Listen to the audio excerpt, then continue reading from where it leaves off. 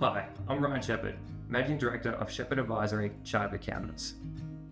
In 2025, we have partnered with This Story Australia as part of our Corporate and Social Responsibility Initiative. This Story Australia is a local veterans charity that preserves the personal stories of our veterans in documentary interviews. They are making a lasting impact across the veteran community and we want to help. This month, we have sponsored the personal story of self-proclaimed Mr. Hollywood George Churchward, a 101-year-old World War II veteran who is a local Bribie Island legend. We hope you enjoy his story.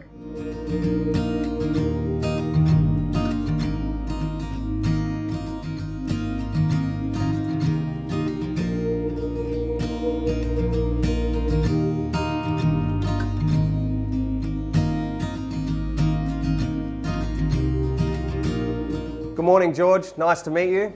Thanks for telling your story today. Thanks for inviting me. You're welcome. And can you introduce yourself?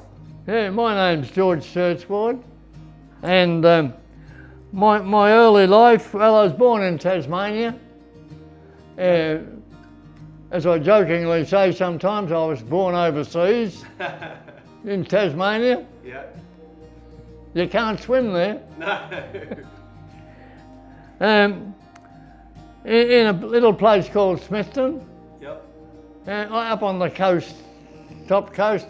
I don't remember very much about it because I was only 4 or 5 and the family moved over to Victoria. Okay. So, and these were the Depression years, of course, or coming in to be.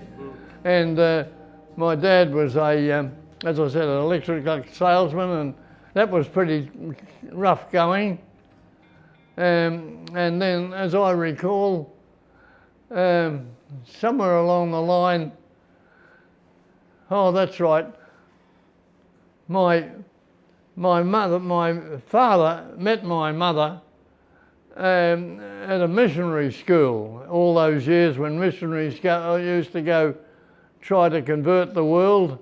Mm-hmm. As my dad said many years ago, we went over to convert them to Christianity, and what happened? They converted me to one of their languages. Yeah. I think it was Hindu or something. Yeah. It doesn't matter. Didn't do particularly well at school because I had my brother next to me. He was the brains of the family, it turned out, and he overshadowed me considerably. But nevertheless, I persevered because, you know, nothing seemed to bother me even back in those days. And I just laughed it off and said, oh well, I'll play footy, that'll do me. Yeah. Well, as time went on, I was moved up to Queensland here from Victoria where we were. Yep. Because my mother's sister at least I should say, my auntie, she, because I didn't do too well at school, they were very short of labour in the those early 40s, and so I was impounded. I was put on a train in Melbourne all by myself.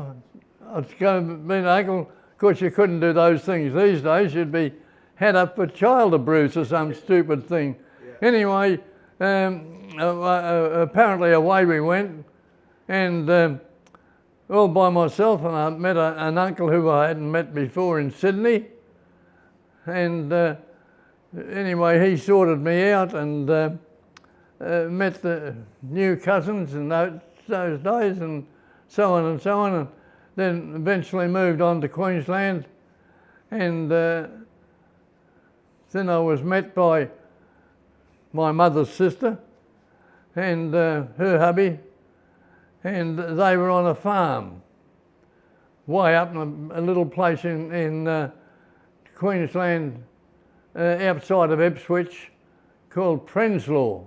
Mm-hmm. Never heard of the place, of course, but anyway, there's a lot of German migrants from the First World War had migrated out there and developed the farms and that sort of thing. Mm-hmm. So I was on the farm milking cows, getting up at 4 o'clock in the morning, milking cows, and then that sort of thing. And of course, it sort of suited me because I was naturally an outdoor type, and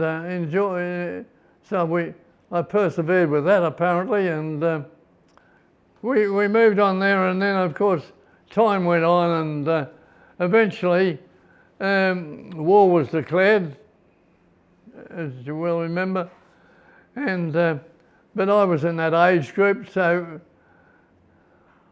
they called me up. I tried to join the Air Force, that's right. Yeah. Tried to join the Air Force, but I never had the qualifications, and my schooling wasn't too crash hot.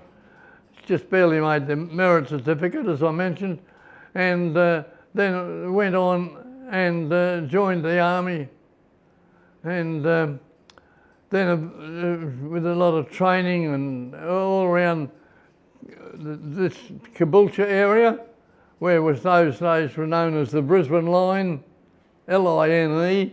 Mm-hmm.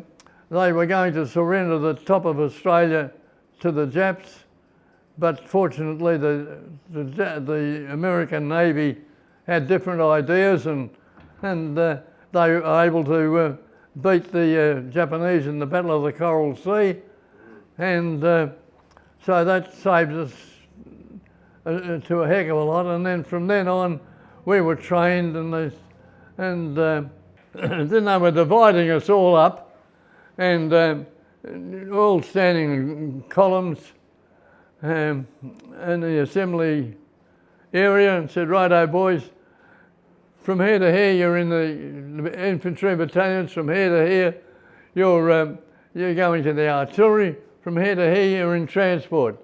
And so that's how I became a transport driver.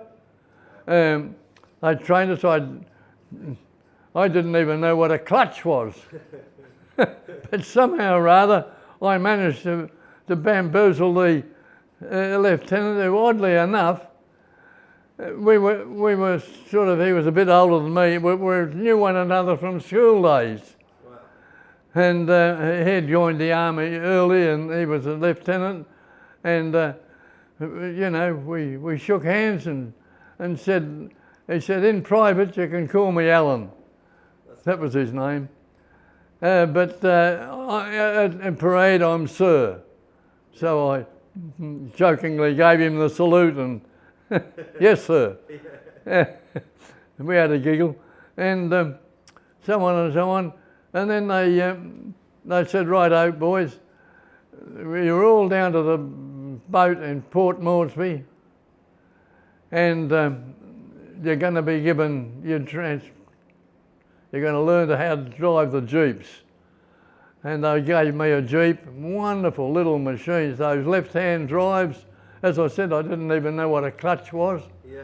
But we finally sorted ourselves out, and we came away and learned how to drive the Jeeps. And of course we were sent up into the jungle area, where I was sent to a place called Wow in the middle of New Guinea during the what was known as the Samoa campaign. And my job was to, when the planes landed with troops and all supplies from Port Moresby, we had to take the new troops up to the far as we could get to the front line, all the supplies, bring back any wounded and any prisoners of war, which oddly enough we never ever saw one. Oh, right. Despite all the things they might say about it, but we never saw one. Neither did any of our other drivers I spoke to. But one of the big problems with the Jeep was that in the very slushy weather in New Guinea, a lot of us would get bogged. We couldn't get out, but the Jeeps had chains we used to put on the all the wheels, and eventually we hooked one another up because as you probably know, in New Guinea it rains every day, 4 o'clock down it comes. But it's always so warm, so it didn't bother us. We then hooked us up, and eventually we got out of that eventually, but they did have one bad fault, that the sump plug, if coming through the mud and slush, it would automatically unwind. It was a design fault or whatever it was. Anyway, a couple of us seized our things, and that brought us a rap over the knuckles, because, you know, petrol oil, you know, the three things you had to do was petrol, oil and water. I check every morning. But during the course of the operation for that day, this is what happened. It didn't happen to me, fortunately. But anyway, that's what happened to some of them. They got a big rap over the knuckles and so on and so on. From then on, we, as you know, the war moved away from Salamoa. Thanks to the Americans and the Australian troops pushed up through Salamoa, and we eventually, of course, repatriated back to Australia, having served for 15 or 18 months up there. In New Guinea, and of course the little jeeps, it was so, to get to the supplies, to the front line, into as far as we could go, you had to cut through the jungle, and it was impenetrable almost, so the engineers chopped a big path through and chopped the trees down and laid them all on the ground, and we eventually managed to drive the jeeps over all the fallen timbers to make a roadway through the mud and slush. We went into this mountainous area, and only the jeeps could get through because of all our chains on and everything like that. But some of the magnificent scenery was the massive waterfall. We're on one side of this great valley, and the water was cascading over there. It was a magnificent sight. But without a fear of contradiction, when we got down to the coastline, a place called Tarapo, I reckon it'd have to be the mosquito capital of the world. Oh, that was something terrible. Of course, we're all on our anti-malarial Atabrant tablets, which made our skin look all awfully yellow. And that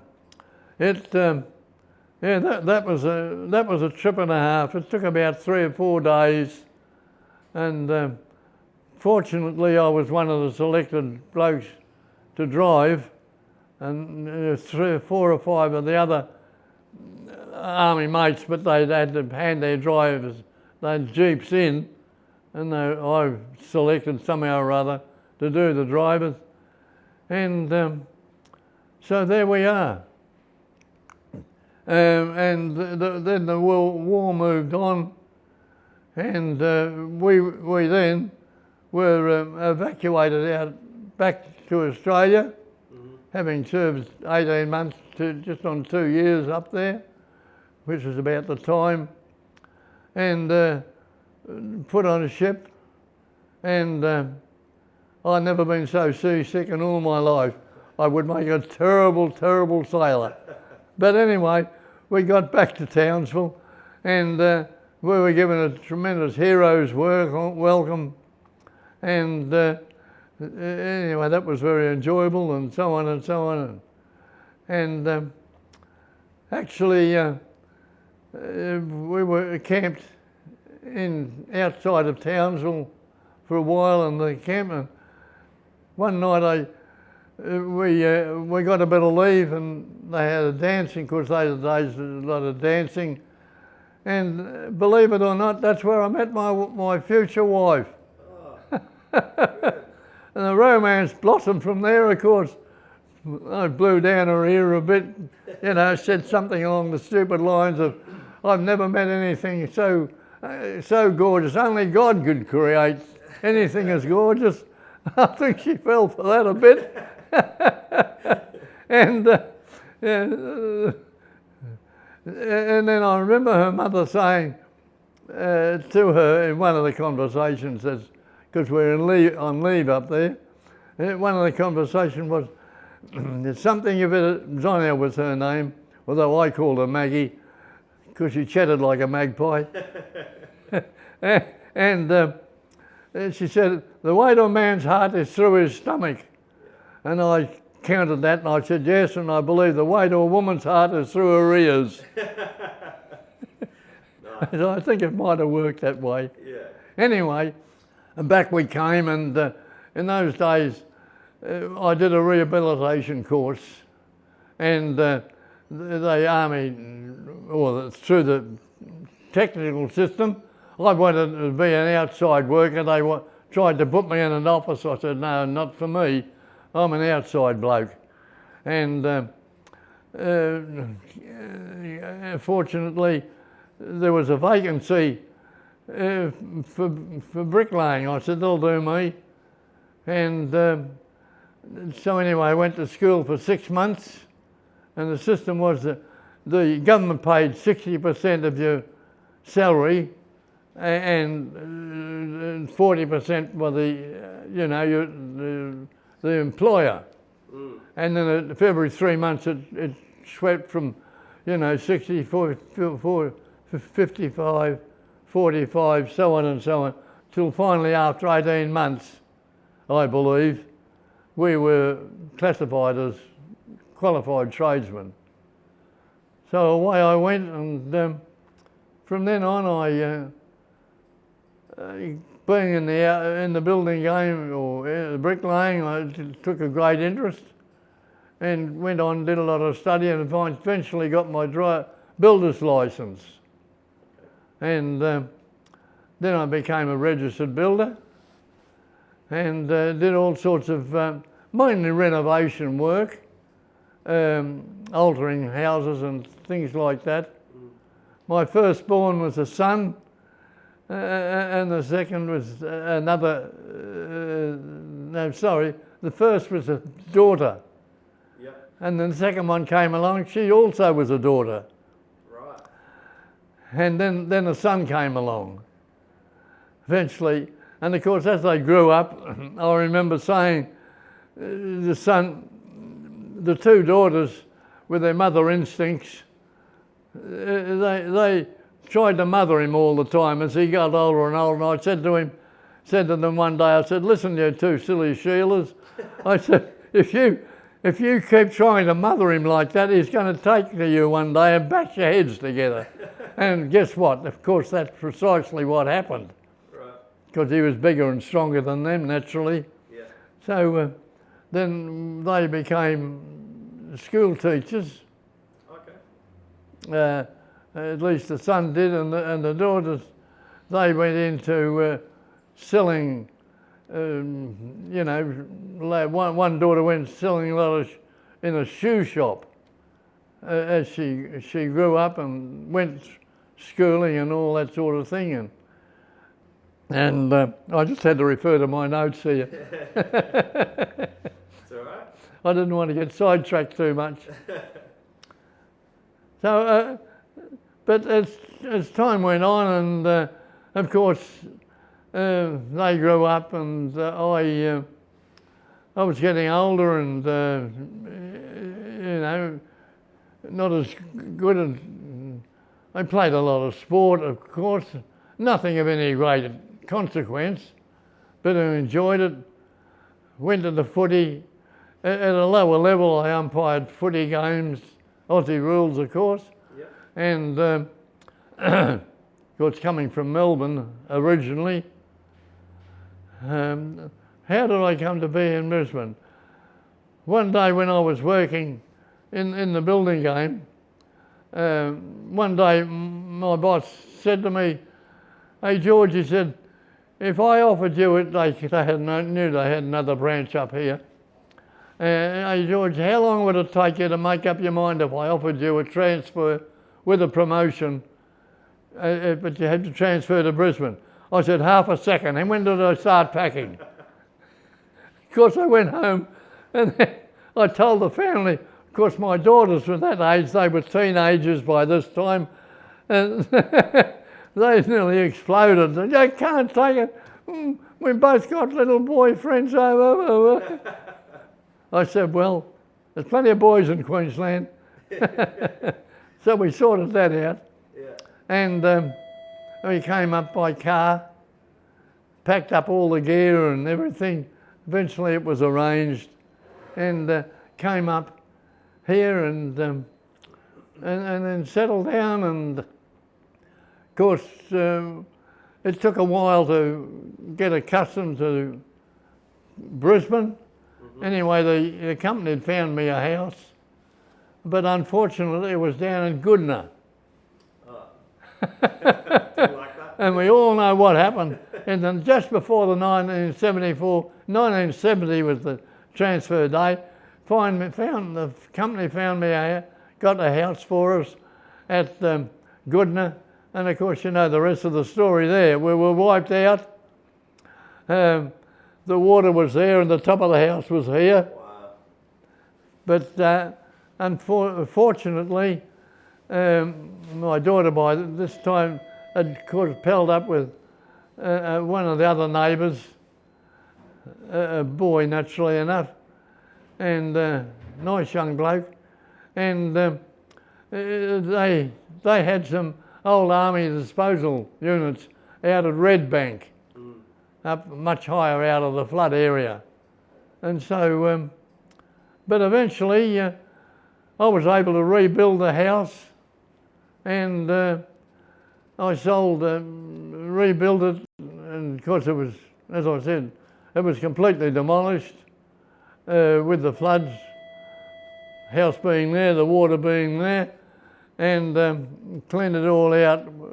Lost all the furniture, of course, everything. Fortunately, I was able to rescue the paperwork, army discharge and ribbons and that sort of medals and that sort of thing. And so that was okay. Dried them all out and so on and so on.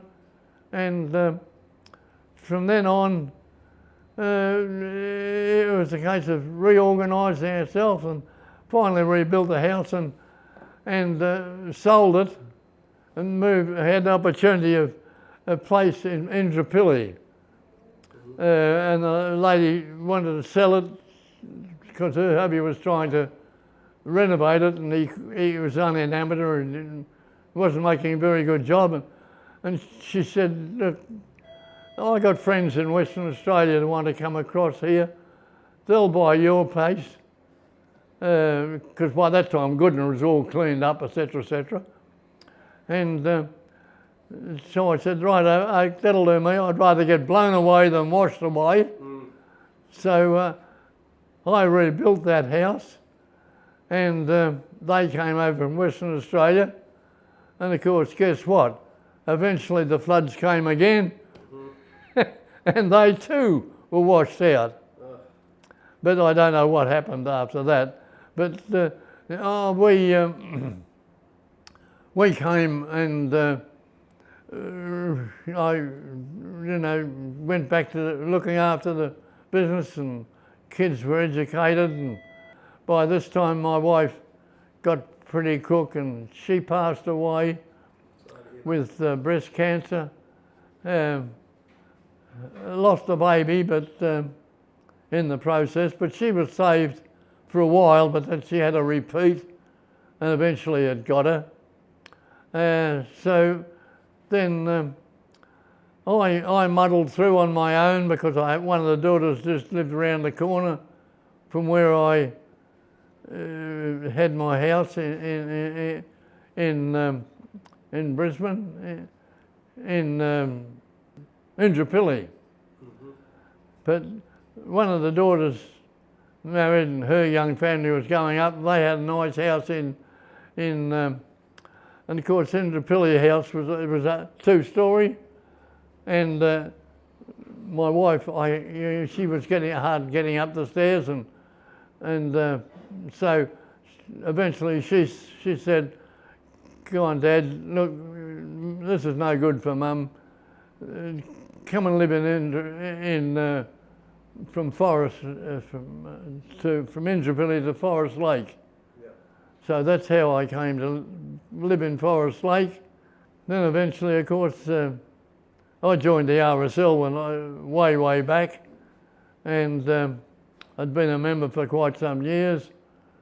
And then somehow along the line, they wanted a president, or the president at the existing Forest Lake RSL. He wanted to resign or move away. He wanted, believe it or not, come to Toowoomba. Oh, right. He was transferred.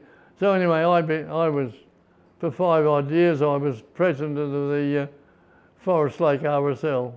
Oh, nice. But eventually, of course, time moved on, and decided, well, you know, it's time to make a change. And the son,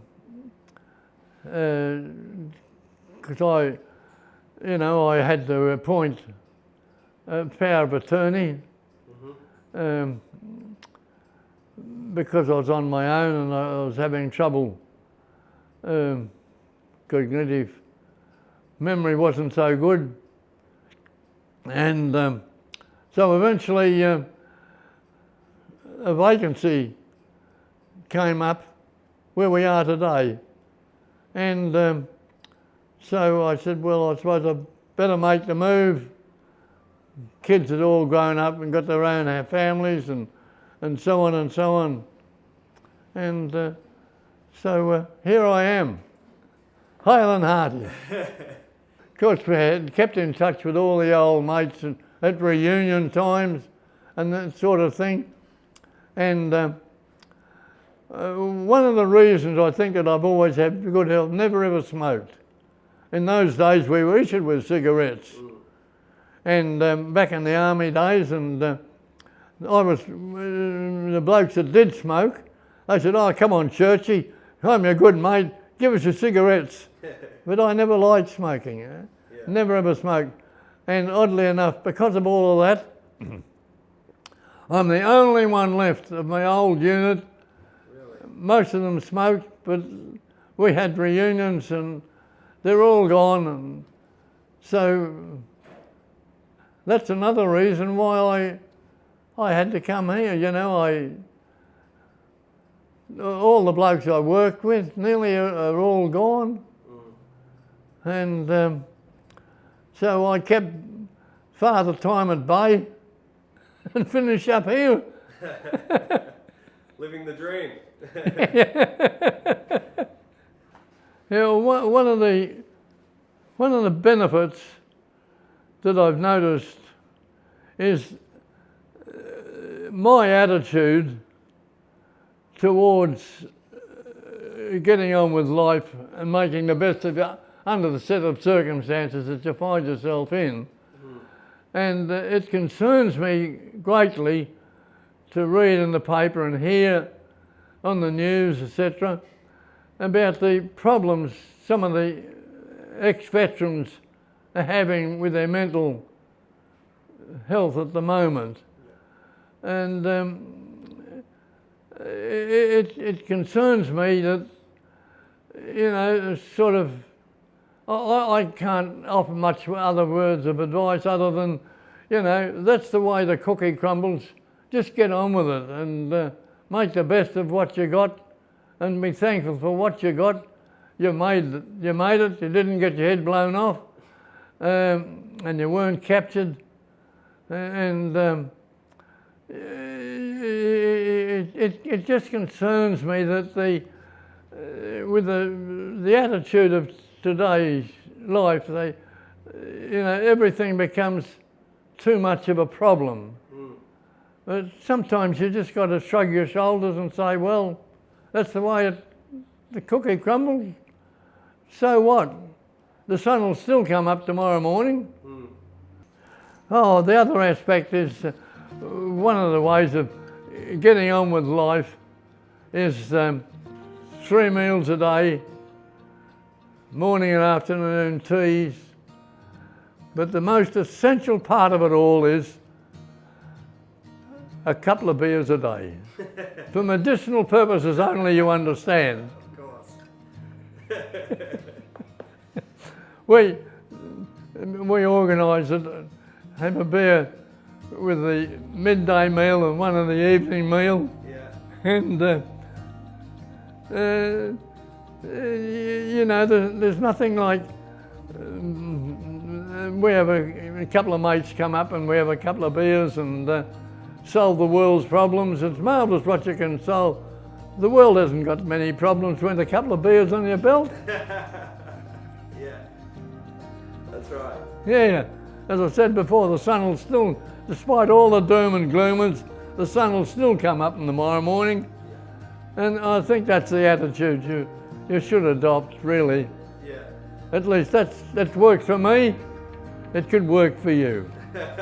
Brilliant. You being plural, of course. Yeah. That's brilliant, George. Hey, thanks so much. That was great. That was about what you wanted?